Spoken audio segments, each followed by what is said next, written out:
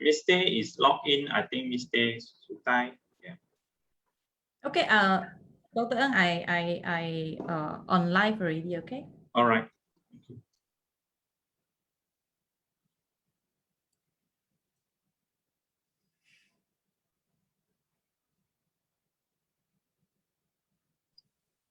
Hello.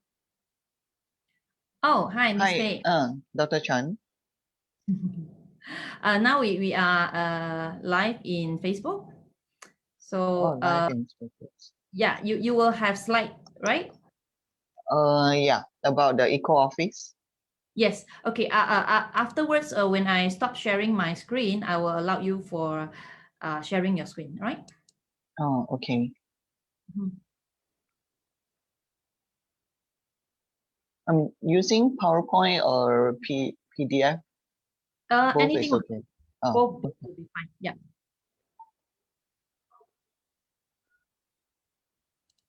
Are you expecting a lot of people? I do. Oh. But usually, you know, when it Mm. comes to live and people start to share all over, then they will instantly, I mean, the participant will instantly boost up later on. I saw that you have a lot of logos in the poster. So are they having different sessions? Oh, those poster. In the poster, the logos in the poster. Yeah, perhaps that I will ask Dr. Ng to explain about that. Oh, I see. Hi, hello, Hello. Mr. Hi. Thank you for giving the speech here. So I try to explain a little bit on the logo. So actually, USM here, we have a lot of different school and different department. So for this, we're having a sustainability month instead of way. So we involve a lot of others department. So like how Ewa Plaza, this is Campus Sejahtera, the MPRC, and this multimedia, Pendaftar, and so on. Even we engage with outside from company from Urbanize Malaysia, also some NGO, SDGs, and so on. CMAC also one of the USM in this one. Yeah. So that's why you see a lot of local here. So we work together. We like to say not only CGSS, but we work with others department as well. Do you have some other programs or activities? Yes, besides webinar, we have a lot of webinar and others. Like last week, we have a planting tree, okay, working together with Pembangunan. Okay. So Jambatan Pembangunan, we plant a few trees. Okay, and the name is called Pocket Park. So in future, maybe we have a scenario where we have a lot of trees around the campus. Yeah. Oh, I see. So are you looking into greening your campus or become a green campus certified? Yes. Because back a few years ago, USM is well known as a university in a garden. Okay? Oh, so yeah, so we tag the name university garden. So like along the pathway to the lecture hall and so on, you see a lot of trees along the pathway.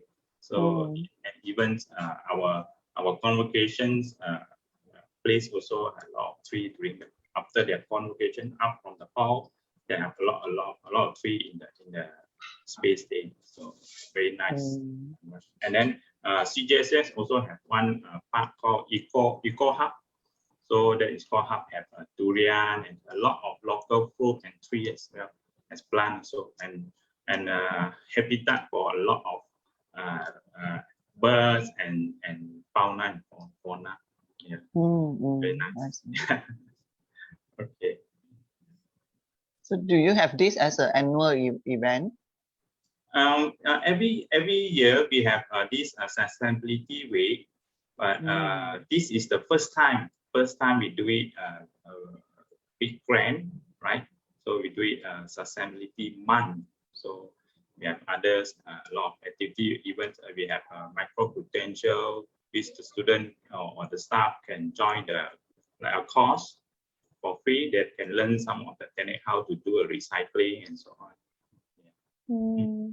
Okay. Are you also teaching sustainability management? CGSS is offering a course called Master in Sustainability Development Practice. We offer the course in Kuala Lumpur. So a lot of students join the course. Mostly they are working adult. Okay, so yeah, so this course is actually cooperate with US university. Yeah. Okay. Okay. Right. So this year, how do you have a lot of students for this course? Yes, around every semester we have intake at least like 10 students and above and so on. So depends some few number of foreigner students as well. How much is the cost? The cost sounds fun. I cannot remember, but the cost for the master course, because we work together with University of Columbia. So this is the first course offer in Malaysia. So USM under CGSS, we managed to get this offer this course under our program. And so this course 2-year course is a coursework, 2-year coursework. So yeah, take 2 years to complete. So it's very deep learning of this. So some of the students might be attending this session, you think? Yeah, you mean this webinar? Yes, yeah. Some students, some staff as well. Yeah. And even some outside of the community of USM. Yeah. But in Penang, you also have Green Office, right? You know, your Penang Green Council. Yes, Penang Green. Yeah, yes, yeah. Penang Green Council. We have a few projects with them also previously. But they are not joining this time. This time, not really. So, but we have other program. Yeah, that involve us also with their program. Also recently involved with CGSS for past 2 months or 3 months. Yeah, both the director of this Penang Green Council and the team visited CGSS. Okay, so we have a few collaboration together. Yeah. Okay.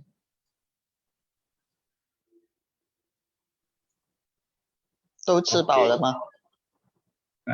看吃饱了。Okay. So yeah, I think. Yes, it's almost time. I just wait for the time to hit 3 o'clock, then I will start. All right. So when we are talking, actually people cannot listen, right? Cannot hear us. They can. Because we are in the live Facebook. Oh, okay. Yeah, we are on air. So around the world can see. Yeah, but that's why we didn't have much time to get in touch. We stay you. We are so busy, right? With your work. I very appreciate on behalf of CGSS. Appreciate Ms. Tay and Ms. Sunita, right, to engage our webinar. So yeah, you are one of the logo we put here, so right, you see, so it makes sense here. So the others from the NGO and others company. So we are very appreciate your time to spend here, like 2 hours not there, right? So yeah, it's long. 2 hours. Yeah. Yeah. Not so long. Yeah, not so long. But we have a Q&A section. Maybe we did a lot of participants would like to ask question about to know more, right? So what means on this topic, right? It's very interesting. Yeah. So yeah, before the director of CGS also sent the regard to you and Miss Sumita. This time I also informed Miss Sumita, the director of CGS, Dr. Saitato. So she can't make it today because have another program to go on. So on behalf of her, I would like to send the regard to you. Okay. All right. Thank you.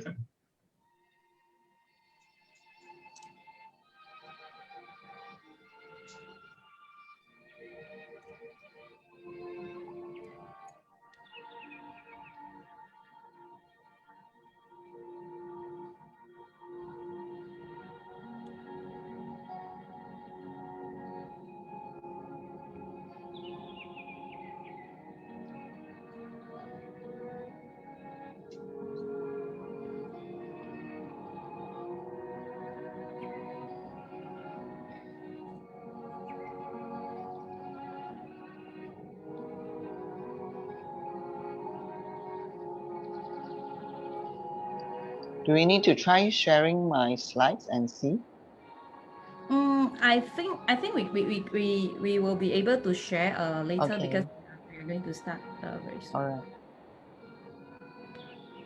Yours will be in PDF, am I right?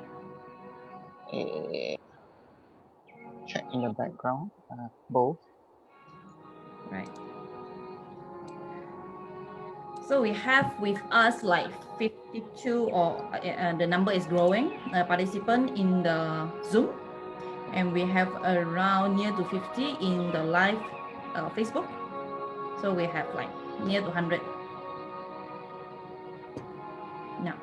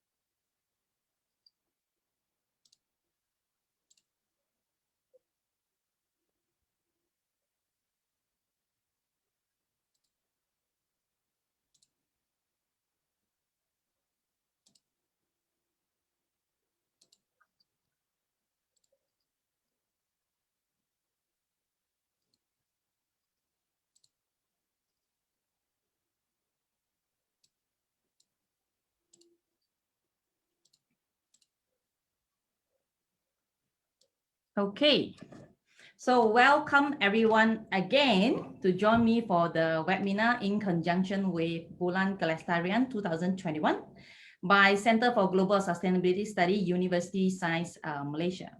So as a responsible institution for higher education, USM has acted on several initiatives to move sustainable development goal. So in the process of learning to become, it is always essential, okay, for us or lecturers, students, or even staff to gain more knowledge on or awareness in these regards. So today, we are honored to have a distinguished speaker who has led many green initiatives, which brought many awards such as Prime Minister Hibiscus Award, ACCA Malaysia Sustainability Reporting Award to the company. And she has established the Sustainable Department and managing a field of ISO certifications, Forest Stewardship Council, Program for the Endorsement of Forest Certification, and Eco-Label. She has additional expertise in eco-conception, life cycle analysis, carbon footprint calculation, integration management processes. She is also MIM, ARM certificates professional CSR managers, EMS lead auditor and green industrial auditors. So in 2016, she has organized a national industrial expert and panel for national occupational standard scheme of environmental by Ministry of Human Resources Malaysia. And subsequent year in 2018, she conferred a certified sustainability practitioner by Institute of Certified Sustainability Practitioners. She is now heading the EcoSense, Eco Innovation and Design Center. She is also a certified trainer and WELL AP in 2020. She holds a Bachelor in Biotechnology from UPM and a master degree from University of West England, Bristol, UK. She is none other than Miss Tay Suting, which is currently the Sustainability Strategy and Program Director with NET Group of Company, as well as the Director of Eco Sentinel Sendirian Berhad. Welcome, Ms. Tay, on board. Thank you, Dr. Chan. Yeah, just maybe Mr. you can start to share your screen, and I will try to pin you on our chat. Let me try and see. Yeah.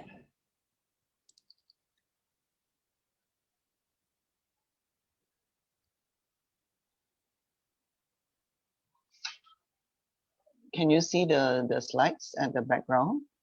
Yes. Okay, can I enlarge it?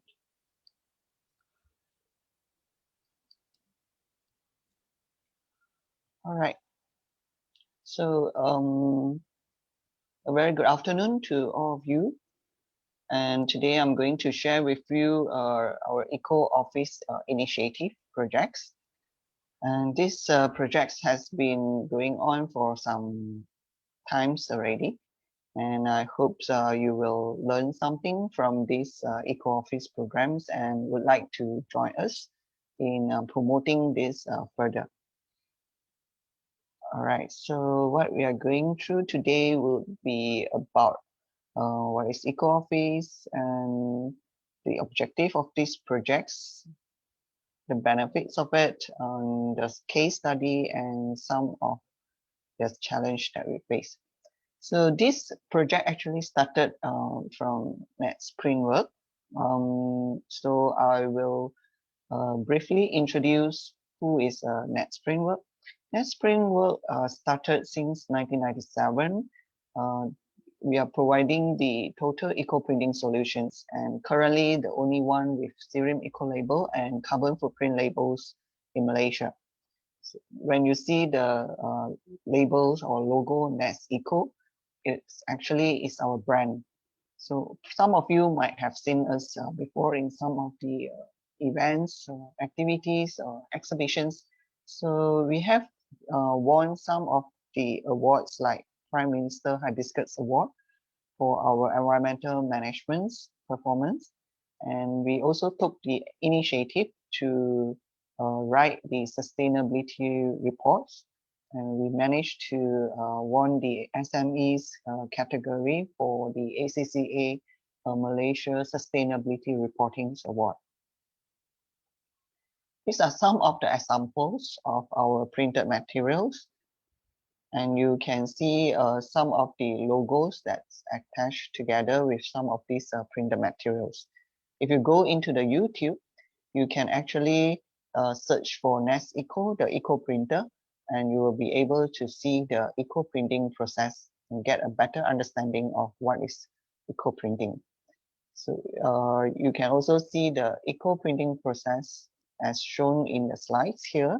It shows our life cycle management of these printed materials.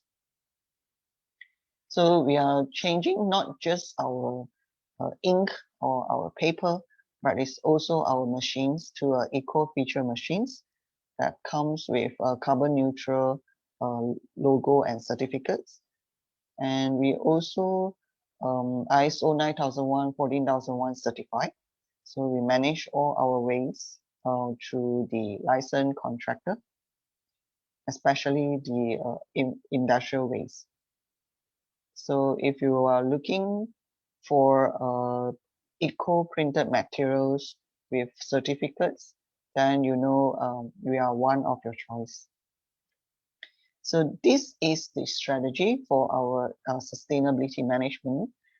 We are looking into creating more awareness and educations, moving towards a green economy with all our business partners. Together, we create a green culture and moving towards the sustainable civilizations. So when the Sustainable Development Goals was introduced in year 2015, then we match the 17 SDGs to our strategies that we have laid out as the directions for the company. So a little bit more about EcoSentido. It is actually a spin-off, a new company that we set up as an integrated eco solutions provider.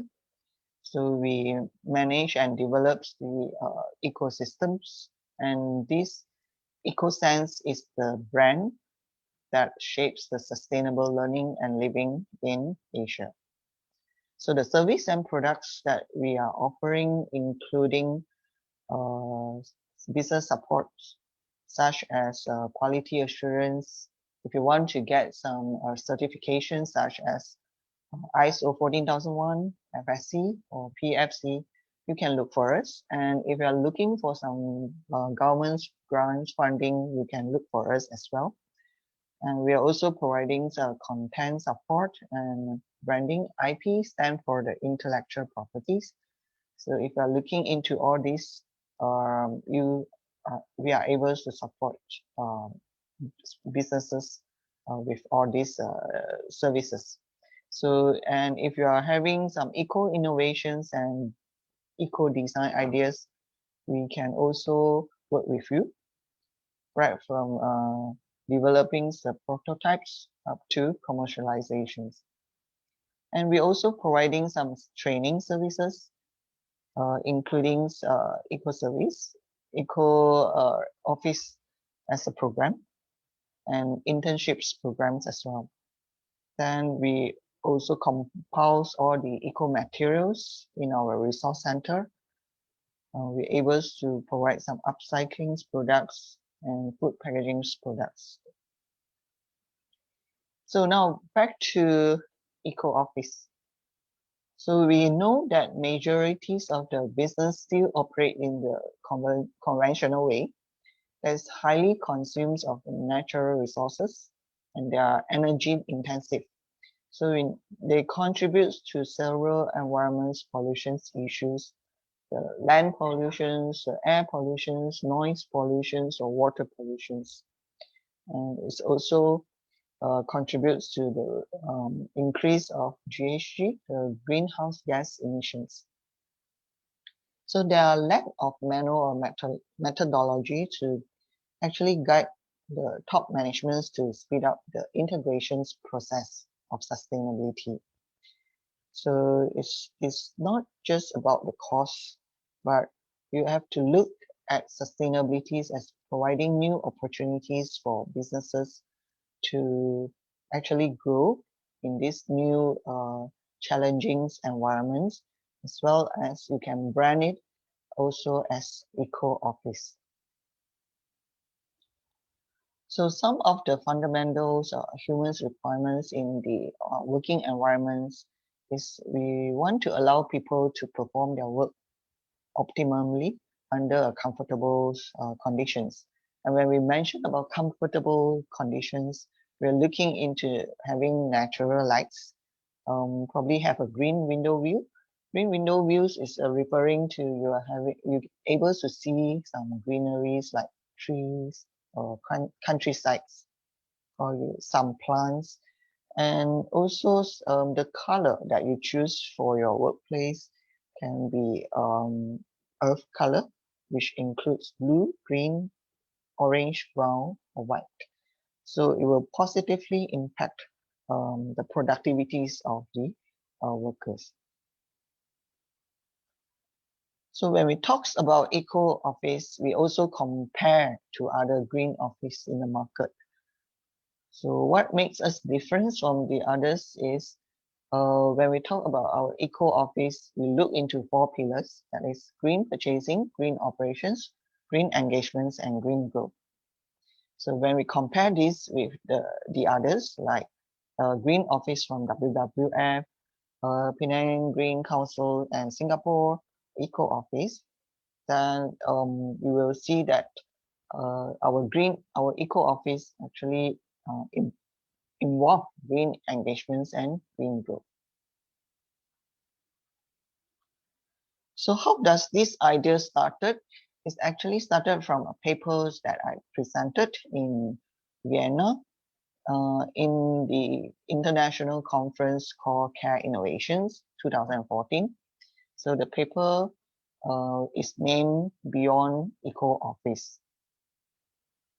So this one was also launched. We have a soft launch during the International Green Tech and Eco Products Malaysia in 2014 by the Deputy Jan of Ministry of Green Technology at that time.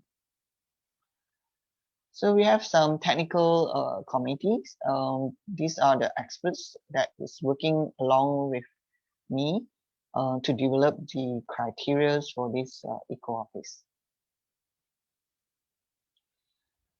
And the objective for this project is to enable sustainability concerns organizations to go green.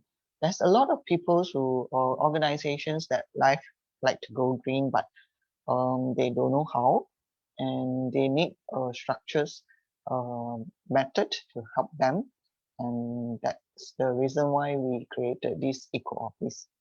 And also based on our previous experience with NETS framework, that's how we have formed and transformed into a green business. And so it's a combination of our experience and some of our research on paper. So we created this Eco Office initiative projects. In short, we call it EOIP. So the other objective is to conserve natural resources, to reduce waste and energy through responsible management. And we also want to create a more enriched working experience for everyone. Nowadays, people talk about user experience or customer experience.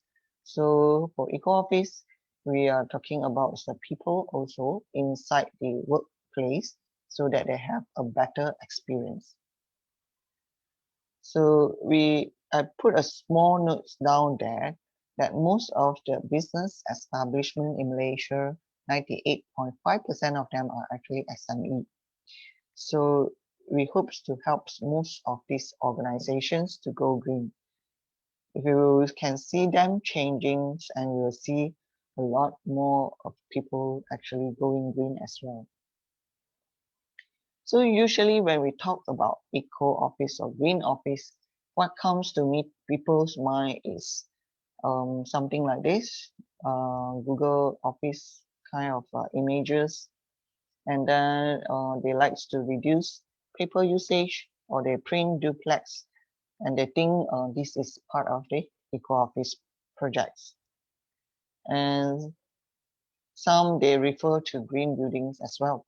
So our Eco Office is not just about recycling paper. So let's see further. So Eco Office is actually a 6 months sustainability outcome-based capacity building program. So it's to assist organizations to explore the path towards sustainable developments and also innovations in their business model. So it's much towards a coaching and hand-holding program.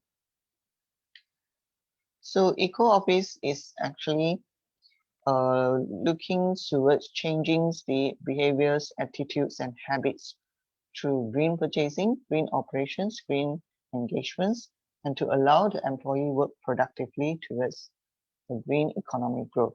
This is the definitions of our Eco Office. We are looking into these 4 pillars. So in our assessment criteria, the percentage distributions is as such. So you can see that we have more on the green purchasing because this is more of like a low-hanging fruits that's people easy to do and comply with. So what is in this green purchasing? We are looking into how to reduce, we purchase only what is needed. And we also, when we purchase, we will think how we can reduce the waste at the end, so that we won't create more waste as a result of our purchase. And we also choose eco-label products, especially those that we can find with certificates or those that we can source locally. And that is the green suppliers that we are looking for. Then we also look into the product end of life. We want to make sure that the products that we purchase, it will help in the to improve the environments, to reduce the pollutions, and it can be biodegradable or recyclable locally. So on green operations, we also following the 3R concepts, but we are looking into energy, water, the waste management, the utility management, the more raw materials management. So we will apply either one of these rules in all these sectors in the company. It also includes the meetings. So we want to have more productive or effective meetings. We can also apply these rules either to reduce the time used, to improve the resource efficiency of not just the people, but also the materials that we're using. Next one on green engagements is more about interpersonal interactions. So it can be with your stakeholders internally or externally. So you need to, for this eco-office project, one of the criteria is you need to think of one CSR activities or SDGs related activities. So you also need to identify some trainings that is able to enhance the skills or knowledge of the workers or employees. And you can also involve them to let them participate in the CSR activities. So the other important thing is you want to increase the safety and health level, awareness level. So for example, in these pandemic times, the SOP is also part of this requirement. So we have to make sure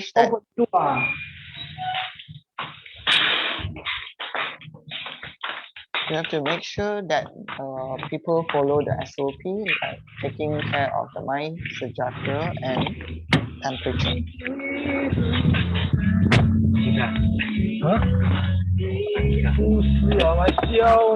Sorry, mistake. I will identify the participant.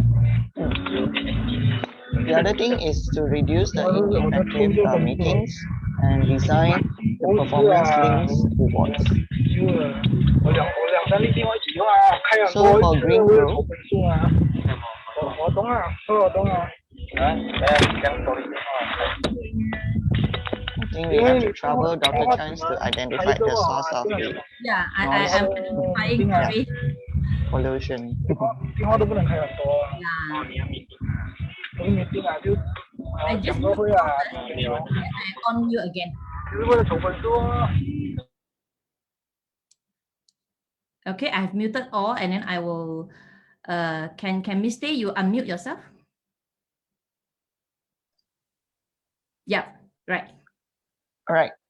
Thanks. Yeah, sorry about that. So Sorry. we continue with green growth. Why I think of green growth is because every organizations, especially green organizations, they need to show that they're able to sustain for a long run. So it is important that in the business model that they have, they include a green products or a green services.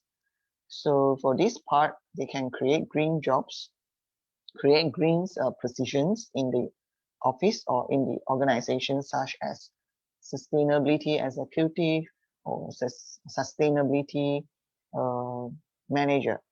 So these are examples of the green jobs. So we always encourage company to start small. They can start opening one line of their service or the products in green by offering green services or products.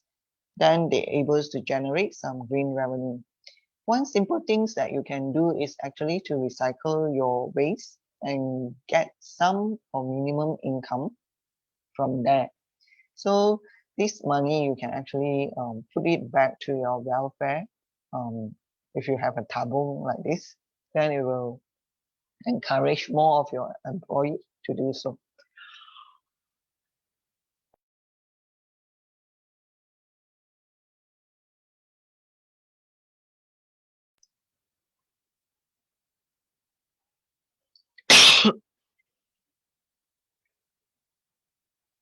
I'm not able to change my slides. Okay.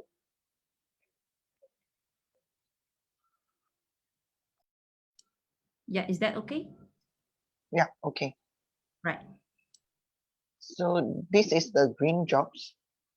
Some examples from the international labor organizations. So, sorry.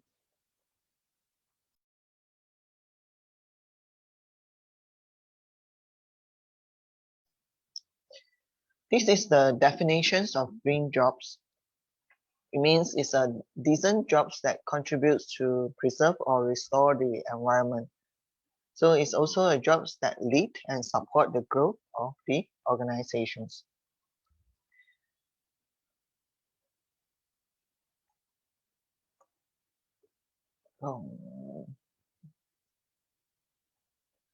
Okay.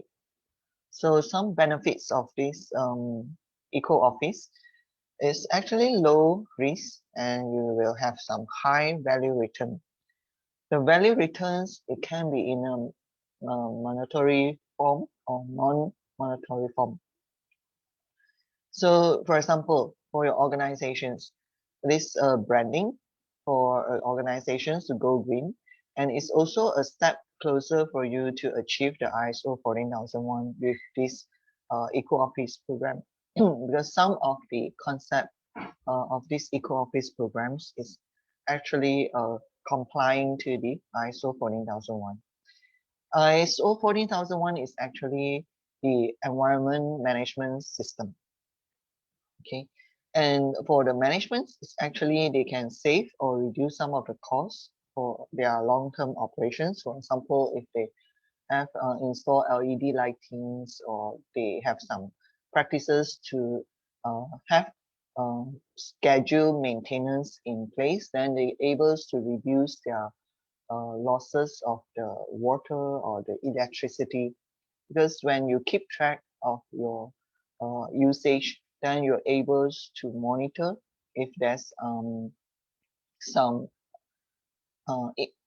abnormal things happening, then you're able to detect it faster and rectify the problems faster.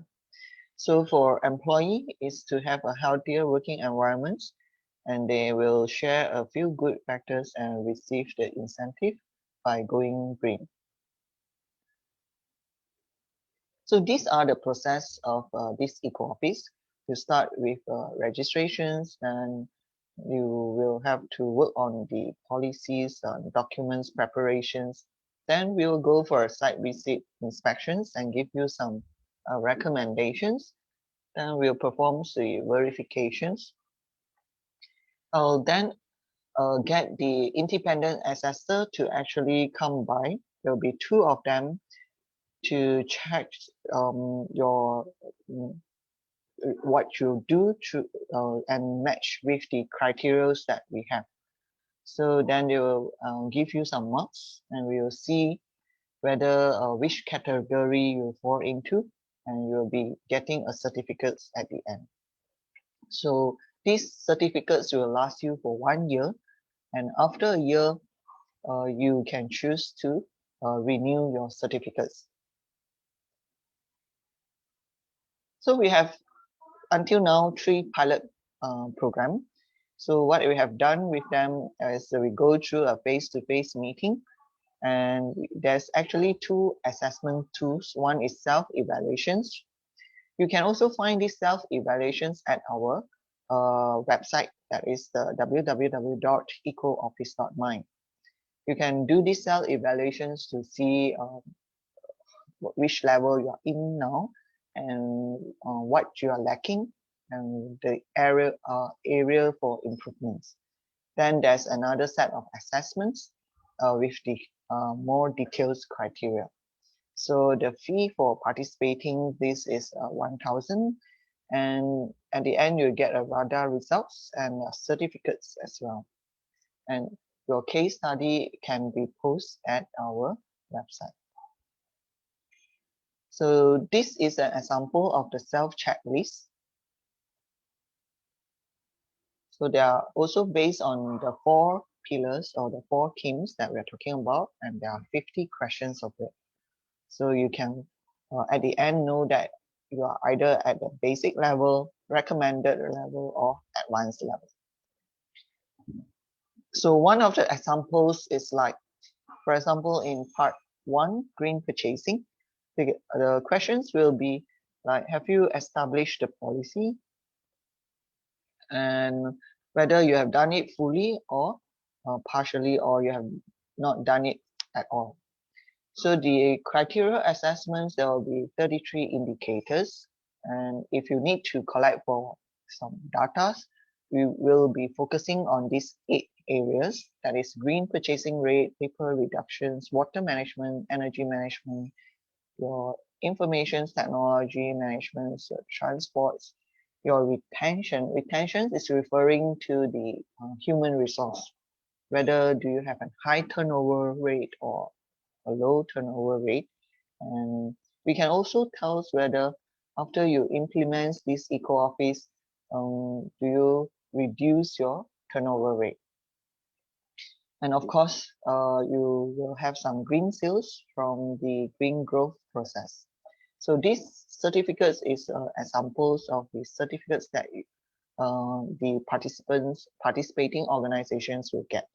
So this is actually an example of 4-star certificates. So it's just like the hotel. Imagines that you will get 1 star to 5 star. So for eco office, you can get these certificates, and it will shows that these organizations or this office actually have 1 to 5 stars of ratings. So some examples of our 3 pilot programs participating organizations. There's actually 5 of them registered as the front runner in 2019, and only 3 of them managed to go up to the stage of assessment. So for example, House Studio, they managed to get 4 star. JCIPJ is actually an NGO. They are actually the first NGO in the country to get eco office certificates, and they got 3-star rating. And Advance is another SME focusing on IP, intellectual properties. So they managed to get a 2-star rating. The picture shows the assessment day, what is happening during the assessments process. And they are doing their presentations to show what is happening before and after. So this is pictures of JCIPJ, and they managed to increase some of the eco features in their office. For example, the green communications corner there, and they even worked among themselves as a team to do upcycling. And guess what they have done? That is the rostrum. They actually make themselves. So they attended a workshop that we organized. It's called the Eco Design Workshop. So during the workshop, they actually make use of the waste paper materials and turned it into a rostrum, which they always looking for a rostrum. So this just fit it nicely in their office. So as an NGOs, I think all of you also know, usually they will have meetings. So it's important that they will have one of these items during their meetings. And the others objects down there is actually eco certificates. And this is actually made of the aluminum plates, reused aluminum plates from our printing factory. So they use this as plates for the collaboration signature signing ceremony between Malaysia and Japan JCI. And for CSR projects, actually, they look into Food Hero program. So what they are doing, they actually work with the bakery. At the end of the day, they will have access of these breaks. So they will arrange the logistics team, which are the food delivery companies that join this program, to collect this excess bread and bring it to the orphanage or those old folks homes, those that sign in for this program. So this is the Food Hero programs that they are working on. So the outcome of this green engagements program is they actually able to organize their events using eco concepts and reduce more than 60% of the cost. They are comparing with their previous events that they are organizing. So with these implementations of eco office, and every one of their committees actually realize and know everything that they do, they will think about eco first. And then they will think whether they can make use of some of the existing materials instead of buying new things. And that's how they manage to reduce their expenses for organizing events. And the second one is their presidents and committees actually willing to become the mentor or assessor for the coming PO.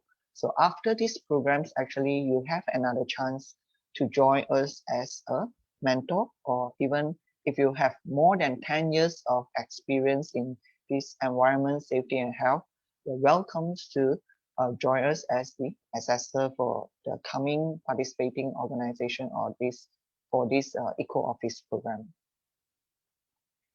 So this is another examples from these previous pilot organizations. So you will see some stickers on their power parts to remind people to save energy, and they change their light bulbs to energy saving types, and they start to have recycling areas in their office. So after they have gained the certificates, they can make use of the logo of EcoOffice in their billing documents to their clients. So this is an examples of their billing documents. So the outcome of the PO survey, that means they have done a survey during this EcoOffice. This is part of the requirements for this EcoOffice as well. So they find out that I think there's spelling typo area there is actually their staff. So their employees actually commented that the workplace is quite stuffiness. So and they once the boss learn about it, so they make some rectifications to the ventilation system, and now their staff actually have a better or more comfortable environments to work in. So as the results of this eco office, Advance is able to give a 10% discount for their clients who are engaged in the green industry. So this is one of the positive outcomes of these collaborations with SMEs. So the conclusions, for eco office programs, you can see that we want to see some good impacts or results from environmental responsibility to economic stabilities for all the participating organizations.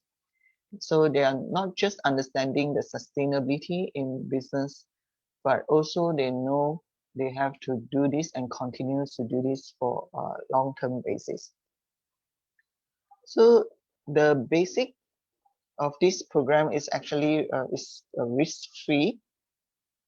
So for such a small amount, you can actually learn how to turn green or go green, and even go to the extent of building up a green business. And of course, we are sharing this as a commitment to everyone. And we hope all the participating organizations are also sharing their commitments to all their stakeholders. And all of us will be providing a clear objective and also deliver measurable outcomes as the results of this Eco Office. So this is the overview of our Eco Office program. So this is a proverbs or a quotes that I like to share with you. Intent reveals desire, actions reveals commitment. So everyone's actually want to go green, and but when it comes to really to work on it, then whether they really follow through the programs, it will really shows the commitments of each and everyone's, not just the top managements, but also the employees in the organizations. And for this Eco Office commitments is really important for both parties, the participating organizations as well as from our assessor, from ourselves, as well from our experts. So thank you very much. And if you have any inquiries, you are most welcome to contact us. You can also reach me at my email. All right, thank you. The pictures shows here is actually another initiative that we put on for TPM, Technology Park Malaysia. And of course now it has been some years already. It doesn't look as good as how it is at this moment. And they have changed this display to another floor. So if you happen to be in Technology Park Malaysia, you're able to see some of this furniture, paper-based furniture at Technology Park Malaysia, the resource center. Okay, thank you. Thank you, Ms. Tay. Thank you for the really interesting introduction to all the the initiative about all the green office elements. So we will take a question at the end of this session. Is that fine? So we will then carry on to Miss Sunita talk. Then we will take a question for both Ms. Tay and Miss Sunita together. So coming, we will have Miss Sunita. Yes, you are sharing the screen, right? So after we have listened to Ms. Tay about the possible green office that you can actually establish in your area, or you are trying to become one. So Ms. Sunita will then teach us or introduce or explain how to adapt the United Nations SDG with the impact for a long-term value creations. And a little bit about Ms. Sunita. She is a certified sustainability reporting specialist. She consulted public listed companies in materiality aspect that matters to the organization by economic sectors. Her service also provide an overview to her client on the practical, cost-effective solution relating to the risk mitigation strategies and revenue generation model for sustainable business development. Her ability to prioritize their needs based on the materiality risks, identifying boundary for such risks, clearly paid off. And as several seminar participants note how her proposed changes have immediate positive impact on their operation. And Ms. Sunita began delivering training on sustainability awareness, reporting, and communication since 2013 for the academic and corporate teams from diverse organizations to enhance their knowledge and skill in meeting the United Nations Sustainable Development Goal. Ever since 2008, Sunita has been writing on sustainability, training employees to improve skill and knowledge, speaking about SDG and also Malaysia reporting requirement to create awareness. And she continues to consult companies in gaining recognition for their investment in sustainability reports. She is now with Eco Sentidos, constantly sharing her knowledge with business community and SME, and today with us. The floor to you, Ms. Sunita.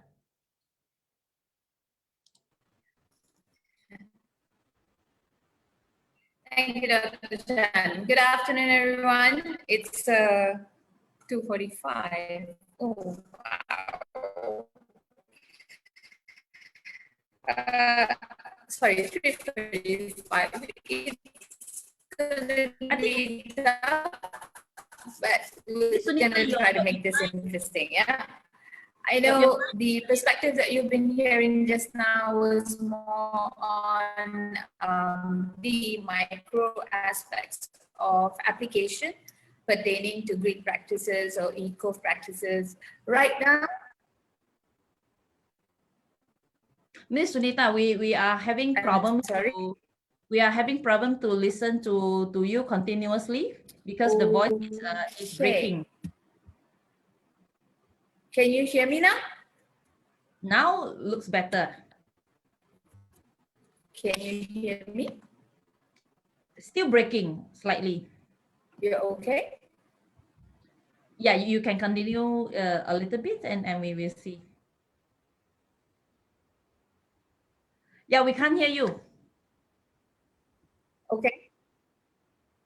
I see. Okay. I do have a stable connection, and now better? Yeah. Ha ha ha. Okay. Okay. Just let me know if it breaks again, then we'll try to see. Okay. I'm at 100%, and I can hear. I think breaking.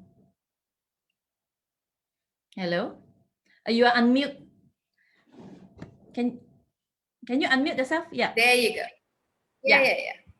Now you can hear me? Yes. Now better. Excellent. So let me just share this and get on to it. I'd like to first thank Dr. Sadatul for actually getting this together, and thanks to the Sustainability Committee at USM who's putting together this month-long activity, and I'm sure it's tremendously helpful for everyone. So as we're doing this, the objective for today's sharing is really to get you to understand the macro perspective of UN SDGs as an academic stakeholder, and we'd like to also see if we can, by the end of my slide today, you would have that sustainability intelligence embedded in you. So let me just start off with the crux of the matter, sustainability. What is it really?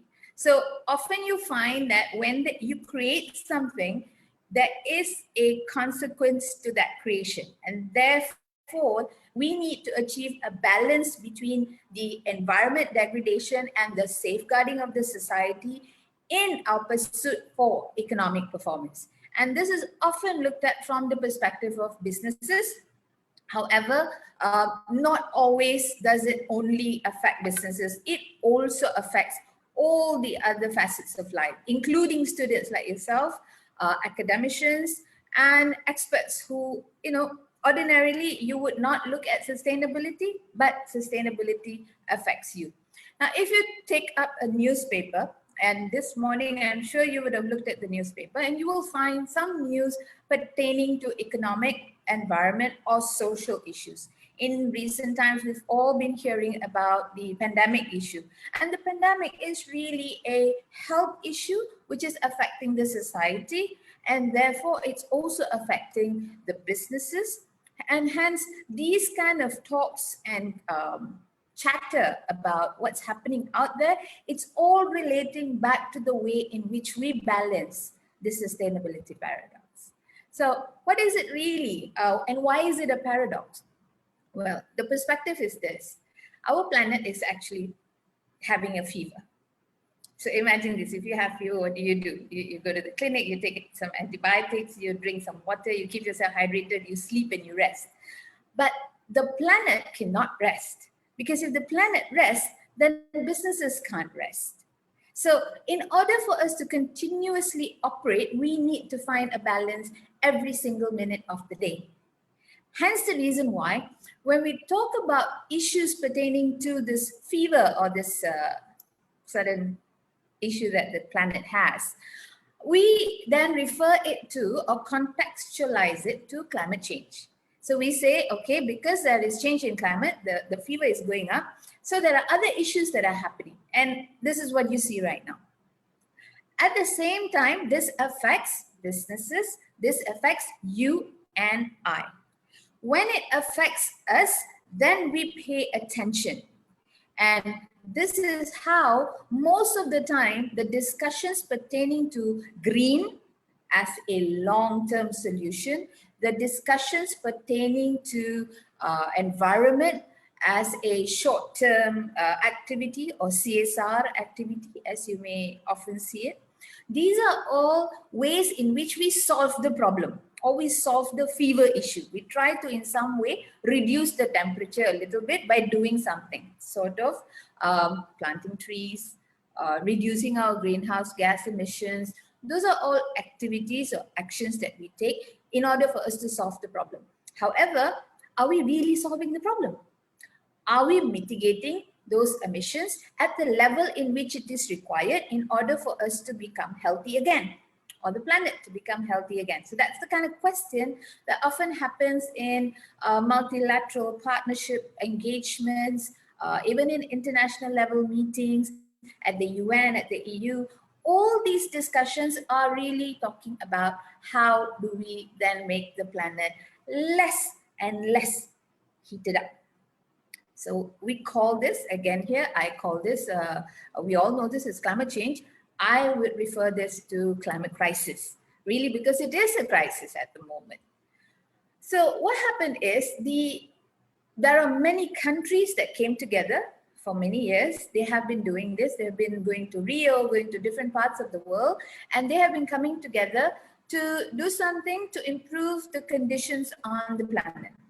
And so they put up this to-do list. And this to-do list is what we now know as the UN SDGs, or the United Nations Sustainable Development Goals.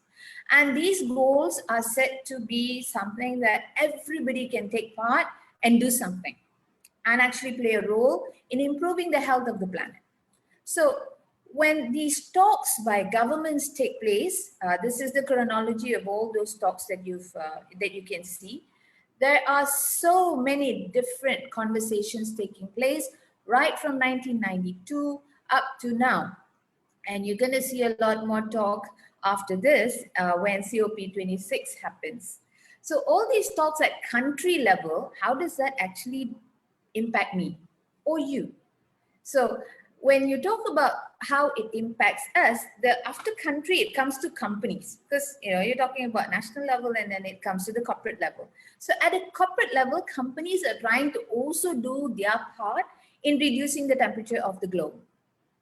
And then it comes to you and I, where we participate in activities such as this at the Sustainability Week, where you are participating in activities such as tree planting, recycling, all the other initiatives that you have ongoing throughout the Sustainability Month. It's really your contribution to bringing down the fever of the planet. As simple as that.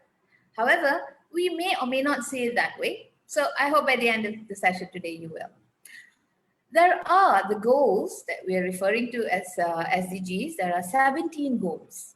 Yeah, there used to be 8, which was called the Millennium Development Goals. And then the negotiation of it brought it up to 32. And then they negotiated further, 195 different countries, 193 different countries put it together and negotiated it further and brought it down to 17. And some even debate that it's only 16 and 17 is actually the partnership initiative to achieve all the other goals. But we'll leave that debate for later. And I'm sure as an academic, you would be able to find resources to understand the debate better. The goals, if I may just highlight one here, which is often the first goal that we normally talk about, is the ending of poverty in all its forms everywhere. If you talk about poverty, you and I may not feel it so much because we are in an environment where we are well fed, we have food, we have clothes. But there are people out there in different parts of the world who do not have clothes, food, and shelter, and some not even education in that sense. Some even not vaccination. So there are a lot of other aspects pertaining to the well-being of the person, the individual, which affects the way in which society lives. So therefore, goals like this are set forward, and the 16 and 17 goals are set forward with certain targets and indicators. So the goal that I mentioned just now was 17, and then we've got the targets, and then we've got the indicators. Now the targets will be 169, the indicators will be 247 as at 2020 for Malaysia. Yeah, this was decided by the statisticians in our country, that we have 247 indicators that we need to look at. So what are these indicators? How do they look like? And what are they supposed to do? So if I'm going to just zoom into one goal, here's what it looks like. Now, understand that this is an international level goal. It's a country level goal. But when you cascade it down by person, by you and me, by society, by institutions such as USM, then you look at the aspects of the indicators, which are then broken down to your 1.1, 1.111, 1.21. All these you can find on Google, of course. And you would also have this slide at the end of the session. I'm sure the university will find ways to send this to you, to share this document with you. If you have any questions about how these goals actually work for you, do let us know in the chat session. I would like to move to the next session, where the next slide will show you how the Sustainable Development Goal progress is for us at the moment. Surprisingly, we're not doing so bad. But if you look at goal 1, what we have right now at a country level, and I bring your attention to goal 1, eradicating extreme poverty, we're doing very well because we're at a green in South and Eastern Asia. And in Western Asia, it's somewhere at the tip. So you see the traffic light signals there. You've got the yellow, the red, and the green. So the green are good, but the red is not, and the yellow needs improvement. So if you notice, some of those aspects based on the data that is being supported and supplied to the agencies that put together this data, you will find that the data that is supplied and the reflection of the results are quite alarming. Because you may ask yourself, it's like, wow, extreme poverty of the world is somewhere half-half. It's on yellow light. And when it comes to health, it's on green. But isn't there a situation where we are looking at a lot of mortality rates right now at the moment? But these are data. Remember, the data is taken from historical data. So therefore, this is the information that they have from 2019. So way before a lot of things happen. So you may find this on a much more positive note. But let's wait and see for the 2020-2021 data, and I'm sure you'll have a lot more information from there. These are all information that you can find online. If you click Sustainable Development Goals, KPIs, targets, and indicators, there are tons and tons of documents for you to refer to if you have a paper or even an idea for a research. Now, this is how we fared in 2018 in our country. So you will find a lot of information here saying that we are doing well when it comes to goal number 1, not doing so well in zero hunger. I don't know how that is true because we all have access to food, especially in Malaysia. But here we also have goal number 3, where we're doing there is some progress in some ways, and in goal number 5. There's very good movement in goal number 7. There's insufficient data when it comes to goal number 6. And the rest of the goals, you would be able to see where they are and how we're doing. But alarmingly, you will notice in goal 13, we're not doing so well. This really shows us or reflects on the kind of initiatives that the government and the corporates have taken until today to actually make a difference to the Sustainable Development Goals. Now, climate action is typically bringing down the level of fever that the planet has. So that has not been addressed very well in 2018, according to this data. And it is true, in the course of my work in which I have reviewed annual reports and sustainability reports of public listed companies in this country and around the region, out of the 10 that I review, I would find 8 not having any emission reduction strategies or emission reduction plans and concrete achievement of those strategies if they say that they have reduced, and what those reductions are, whether they are formidable reductions, whether they are impactful reductions. I mean, I could say, I could inform in the document that I have a strategy to reduce greenhouse gases by changing my light bulbs, like the example that Ms. Tay gave earlier. But however, the changing of the light bulb has to be over a period of time. You cannot change the light bulb this month and then decide that next month, if the electricity bill does not go down, I'm going to change the light bulbs back to the old ones again. So that would not work. There is a gestation period for results to be achieved, and this has to be clearly understood, especially when you talk about climate action. And that's just one of the examples that I can give you right now. I mean, looking at the time, but there are so many different examples in which we need to understand how to break down goals into actions and also cascade it down to changing behavior, because if there is no change in behavior, none of these goals will be achieved. None of the KPIs will be achieved. A simple example, if you live in a condominium, how many of you, now I'm going to just take a look at the numbers here. I've got 97 people logged in. So how many of you actually recycle? Can I see some comments? How many of you actually recycle? Do you recycle? Could you just put a yes or no in the comment section so we understand whether you are recycling? Don't worry if you're not. Yes, you do. Excellent. Nice. I see one. Thank you, Dr. Ng. And I'm sure, okay, Zihong, okay, you do too. Very good. I'm sure you recycle, but have you actually asked this question? When you recycle, where is your item or the waste going to? You know it's going to the landfill, but when it gets to the landfill, how is it being segregated? That supply chain, the whole process. Yes, sometimes no idea, that's okay, that's fine, because recycling is just one way in which you and I contribute by reducing the amount of waste on the landfill so that there's less and less emissions. And that's one way in which we can bring down the temperature of the planet. So that's just one activity. When you talk about so many other activities, you need to understand that supply chain that brings to that result or the KPI. That's really how we operationalize sustainable development goals at a ground level. I don't talk about national level and corporate level. At a ground level, this is how we do it. Moving on. Thank you for that feedback. Keep them coming, because this will help us to have more engaging conversations, especially in the afternoon. Let me just see if I can move the slide right now. Okay. Oopsie. I will go back to this. My apologies. Yes.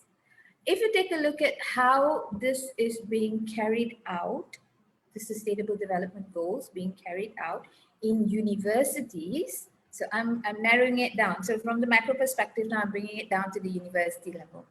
How do you, as a university, help with the Sustainable Development Goal? There are several ways. Of course, let me just simplify that for you. Oops. Yeah, there you go. And when I simplify this, you would be able to see there are only 4 ways in which you currently operationalize Sustainable Development Goals. By research, by education, by operations and governance, and also by external leadership. So in other words, if you're a student and you're now thinking about, okay, what should I write about for my research? The Sustainable Development Goals is a classic example of tons of activities that you can write about. There are many interdisciplinary areas which is linked, and in some of the slides later, you'll be able to see how those are. And there are other aspects or areas in which is relating to your area of study that you can again here link it back to the Sustainable Development Goals. Of course, ideally, when you complete your course, you would like to get onto a program, a job, a career, which again here can be related to Sustainable Development Goals. Simply because I can give you a very classic example. Often in organizations, especially corporate organizations, when they hire interns, interns are usually given a somewhat monotonous role, but the best role for an intern or an intern should ask for is data collection.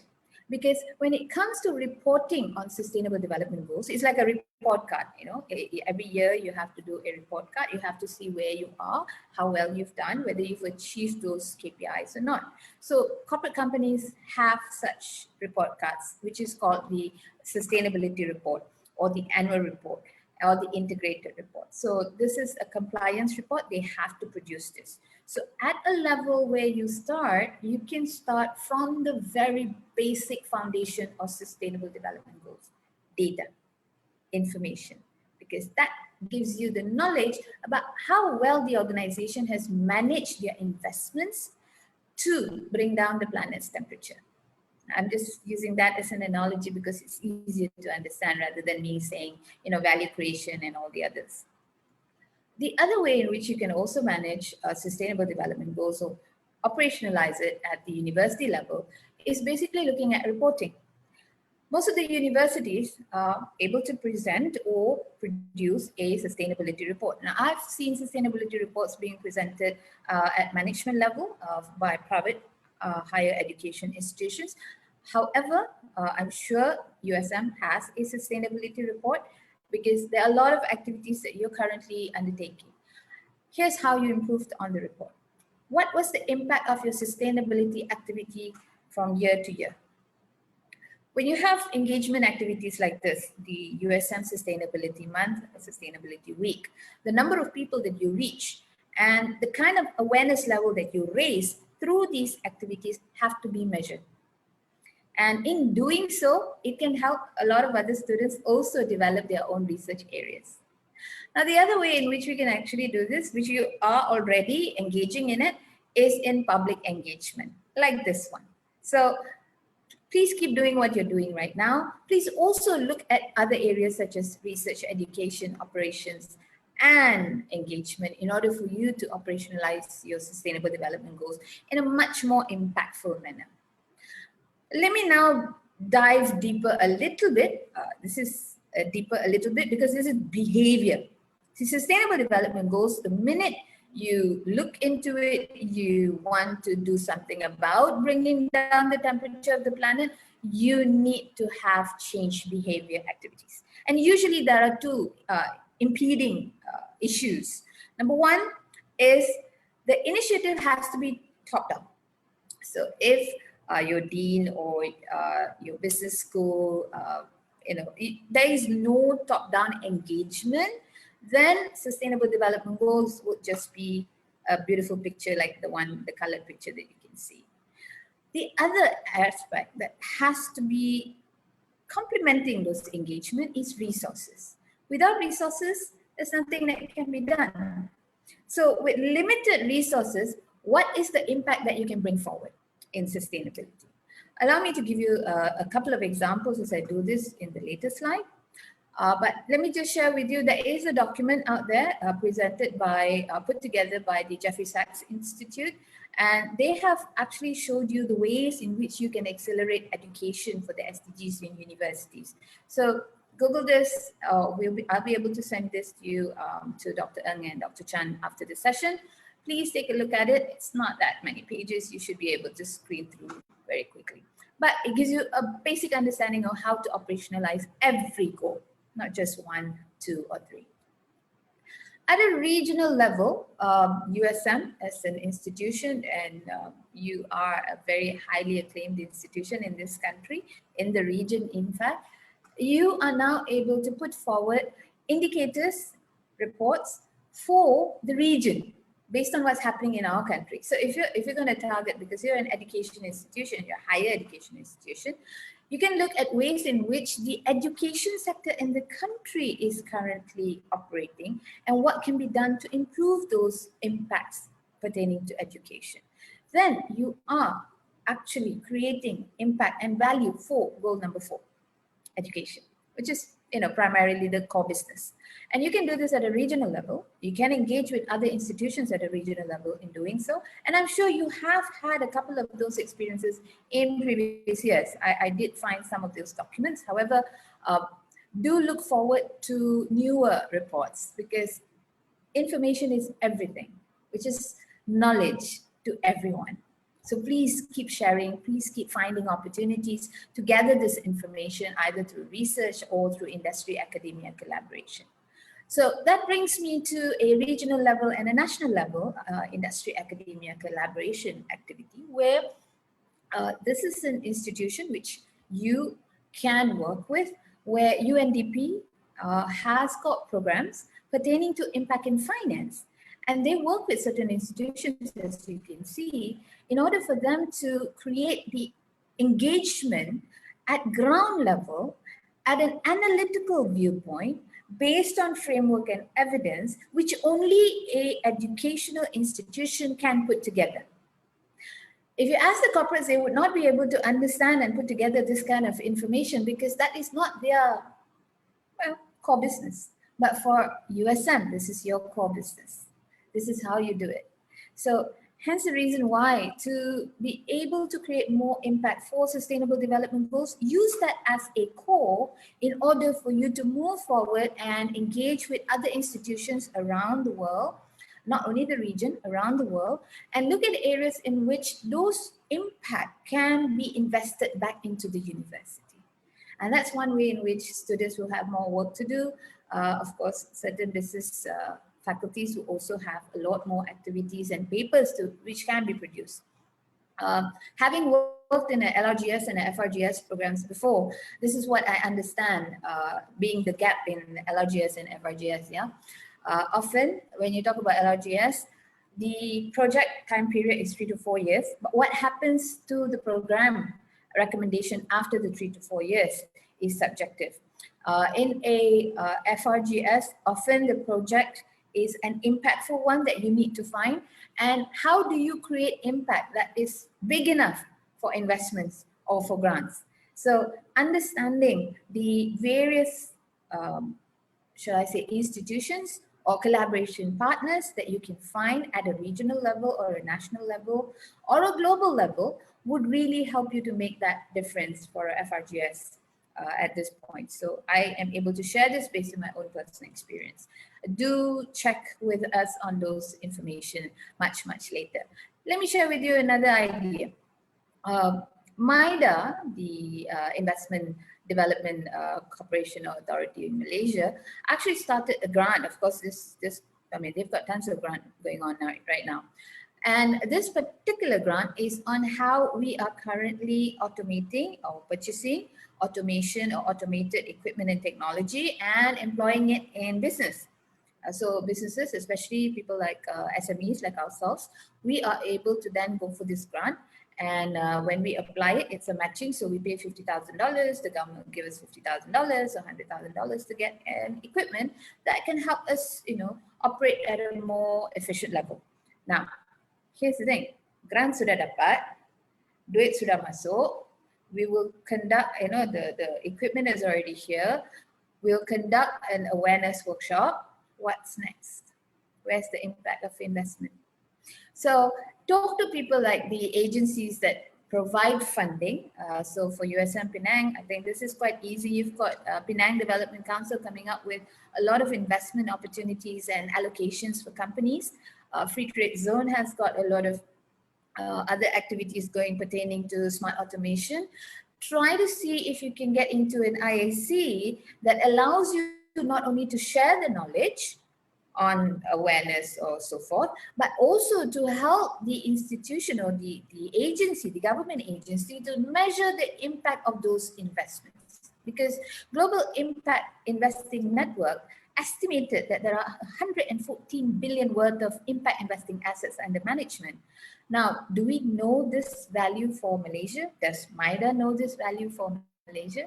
They're giving out grants. Don't you think they should know how much impact they're creating? Why don't you help them? Moving on. I have another example for you. And I found this very fascinating because the School of Aerospace Engineering offered this course on drone technology. And I thought that was amazing because drone technology has gained, I think, 3 levels, 4 levels. People are looking at drone technology to deliver your pizza now. So we are there. However, this is the question. When you get into launching programs, are you linking it to the SDGs? So help me share. What's your take? Has the program that you launch been linked to the SDGs? If it has not, that means it's time for you to start taking the SDGs a little bit more seriously and using it for branding. So of course, as an institution, you can brand with the SDGs. It's not a problem because it doesn't just require the corporates to do that. As an institution, you can also do so. And I would probably look at industry innovation and infrastructure as one of those goals and KPIs that you should take a look at when you launch programs like this. Apart from that, if you're launching this program and you're doing this, say, for example, with the agriculture or the farmers community, then you can look at areas such as life on land. So look at the KPIs pertaining to life on land that contributes to this cause. And this is how you link the KPIs of the UN SDG to the programs that you're currently assessing. If one day you should decide to put together all the courses that you offer at USM and you have direct correlation to all the SDG KPIs, imagine the kind of magnitude of report that you can generate. It'll be amazing. UN SDGs initiatives in another aspect is there are so many different areas in which you can look at the UN SDGs being operationalized.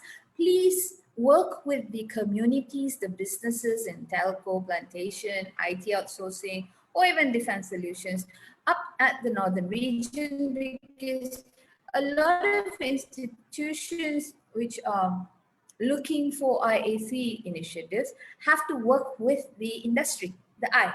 So where are the I's? Of course, you know where they are. You're sitting right in the middle or smack in the middle of all of them. Let me just share with you a little bit of extra knowledge. I know I'm a bit ambitious. I'd like to share, give a lot of knowledge to everyone who's listening in. This particular knowledge is pertaining to the 12th Malaysian Plan. And really what's happening with the 12th Malaysian Plan is there has been a little bit of delay, but don't worry, the next tabling, the next parliament sitting, it will be tabled. And these are the areas in which the 12th Malaysian Plan is focused on. Take a look at how these aspects can be related to you. So I would consider taking a look at the drivers and the enablers of the 12th Malaysian Plan from an economic perspective, all the way down to how they are all connected to the UN SDGs. Let me give you an example. If you're talking about, say, fourth industrial revolution, the IR 4.0, which is almost always overrated. Allow me to understand which SDG do you think the IR 4.0 for free trade zone companies would relate to? Okay, any answers? I'm just doing this so that I know that you guys are actively listening.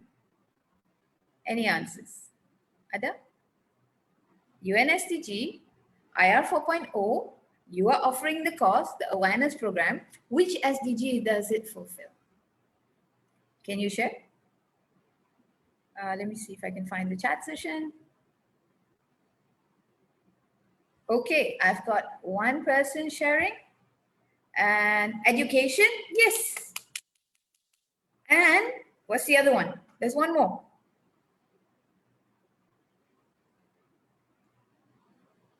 SDG between 8, 9, and 10. Which one? A quick answer. No idea. Okay, no problem. One more. 9, yes.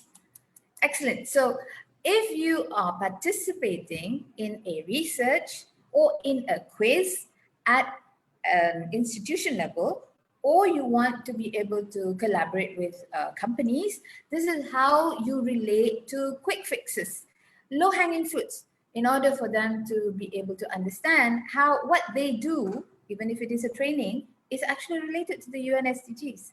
Every single thing you do on a daily basis is related to the UN SDGs. You cannot not do something pertaining to UN SDGs. What you're doing now by logging into this program is pertaining to UN SDGs. And that's actually 17, international cooperation. Of course, in our region or in our country right now, this is an industry, academia, SME institution collaboration. So having said that, let me just move on to the next slide. This is on Malaysian Plan 12, however, pertaining to environment. Can we have a quick session, quick question on where do you think the UN SDG is related to green technology? Anyone wants to share? Let me see, chat session. Green technology, which UN SDG is it related to? Say, for example, someone wants to someone wants to fix a solar panel. Okay, so they go to the Malaysian Green Tech Corporation and they apply, or the SME bank, and they apply for a loan, a grant, some financing scheme to get a solar panel on their rooftop. And so when they do this, it's called green technology adoption. So which SDG does it relate to? Any answers? Can I get one answer? 7? Affordable and clean energy? Excellent. 11, sustainable cities and communities. Good, you're learning. Excellent. I'm so proud of you. And an afternoon, and you're actively engaging. Thank you, guys. You guys are great. Please give yourself a tap on your back. You're doing great so far. Let's see if we can go for one more. If I'm looking at access to quality health and education services, okay, so I would like to relate this to, say, private nursing. Okay, we have a need for nurses in this country, and if the blueprint for healthcare comes up by 2023, the next one, when it does come out, let's take a look at how many nurses we're going to need. Now, giving access to this quality healthcare education, which SDG do you think it goes under? Healthcare education, which SDG? Anyone wants to try? Who's quick? Who's quick? I know most of you type very quickly, but let's see if you can think about this SDG even more quicker. Any response? 3 and 4? Yes, excellent. Good health and well-being and quality education. There's one more. One more. Who can try? Come on. This is the golden question. Only one more addition. Because you're talking about nurses, they're going to be working. So once they're in the workforce, which one is it? 3, yes, 3, betul Mas Linda. 12, responsible consumption production. That is pertaining to if the nurses are going to be working 5. Okay, nurses being male and female, all right. Yes, 8, thank you, Mimi. If you want to relate it to, Liana said 16, peace and justice. Hang nak hantar nurses pergi kat mana yang? Oh yeah, 8, yes, correct. Now, if you're doing responsible consumption and production, it's normally related to the process in which the education program is managed. So it's often the process, it is not the people and the education services. So understanding the KPIs will be able to help you to identify which KPIs meet each and every one of these aspects pertaining to the 12th Malaysian Plan.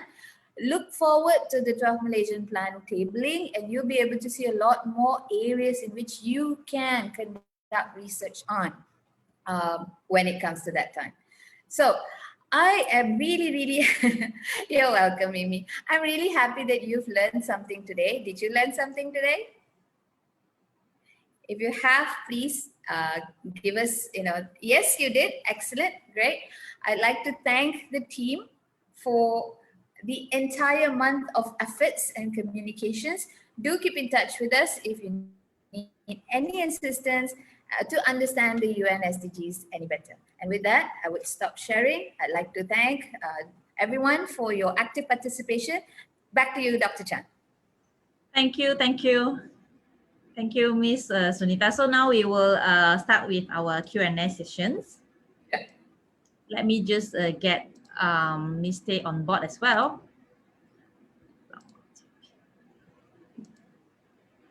Add pins.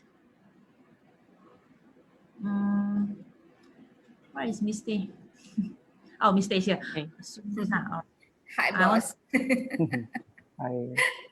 I also want to pin Sunita. Where's Sunita? I'm here. Well, yeah. How am I pinned you? I'm here.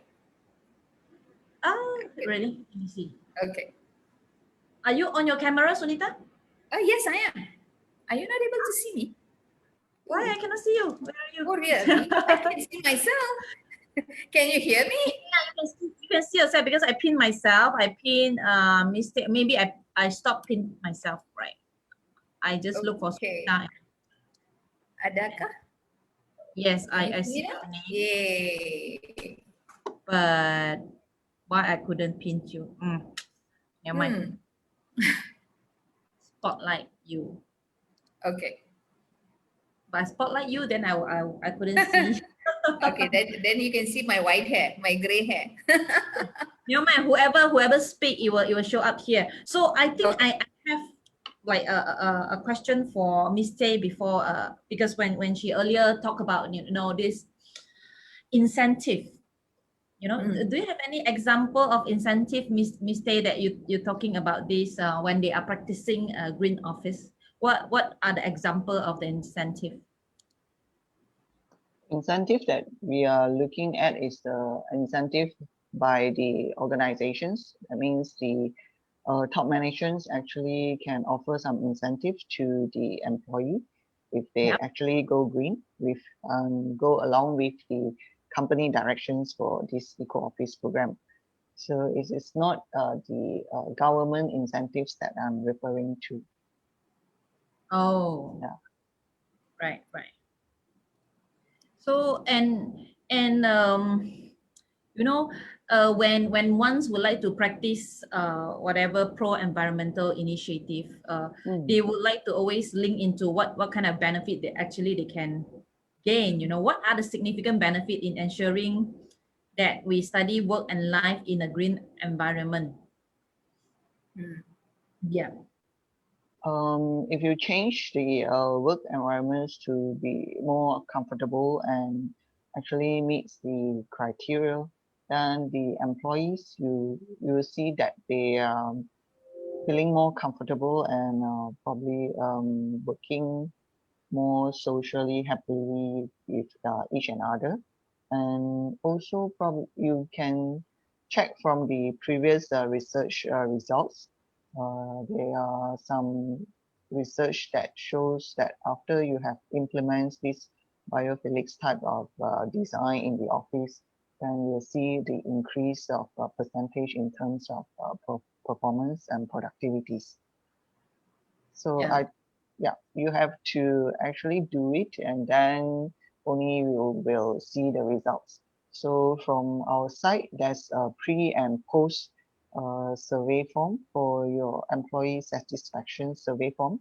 Then you're able to see and tell us the results of this. You mean more of like the top-down kind of initiative, right? No, I mean the employees actually can propose how they can join into the designs of the work environments. They can always through the survey, they can let the managements know what is not working for them and what makes them feel not comfortable. For example, the examples that I show is they actually feel stuffiness in the office. So this is only those that sit there for a long time, then only they can feel it. So if other people come in and go for a short time, they might not feel this. So all have to really ask the workers that is actually working full-time in the office. Then Yeah. only you can find out the problems and issues. Yeah, and there's this one question from our audience here, Mr. Adnan, I think. He asked about anything on green computing. Is there anything about this direction?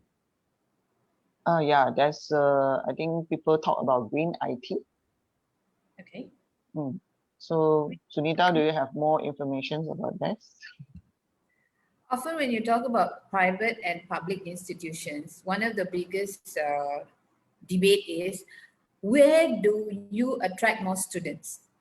Having a greener, more environment, which is student friendly, student happy environment, enables the institution to attract more students. And one of the most important aspects of making the environment for studying, for living, or even for working on your research is connectivity. Connectivity is everything. Without Wi-Fi, nobody wants to go there. Without a comfortable environment, ergonomic chair, no one wants to sit in the library. These are all aspects pertaining to the environment in which, if you adjust, looking at the KPIs pertaining to green networking, green infrastructure, green does not only is not only limited to the environment, but at the same time, it is also the equipment that we use, whether they are emission low, whether these equipment are, more ergonomic. Those are all aspects which you can take a look at, reviewing. When we review, then we can put up that benchmark. Okay, USM and all the other institutions, where are you most friendly in terms of the criteria? Is it because you have a more green friendly environment for students that you're attracting more students from overseas? So these are all ways in which KPIs can be set pertaining to the aspect of green. Probably I add on for Yeah. green IT part is in the assessment criteria that we're looking at, for example, the equipments like the laptop that you are buying, you have to check whether it has the Energy Star label and how much power or energy saving it will contributes compared to like laptop compared to the desktop. So we always recommend that you actually use laptops for especially in these current situations.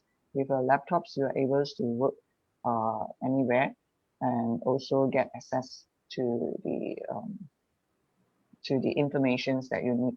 So this is one of the small parts of green IT. The equipment parts you have to check and make sure it's also energy saving. So you mean there is a kind of like sticker that they will put on our laptop that we can actually identify them, isn't it? Yeah. Okay. I think I'm not This is aware. a lot of small things that sometimes we are not aware. So when we Yeah. go through this eco office, then we start to be more aware, and this is how we create more awareness with all the stakeholders involved in this program. Yeah. Go slightly deep into individual. What is the sustainable learning and living principle? Mistake. So for sustainable learning and living, it is for people to continuously learn and know what is happening at the moment.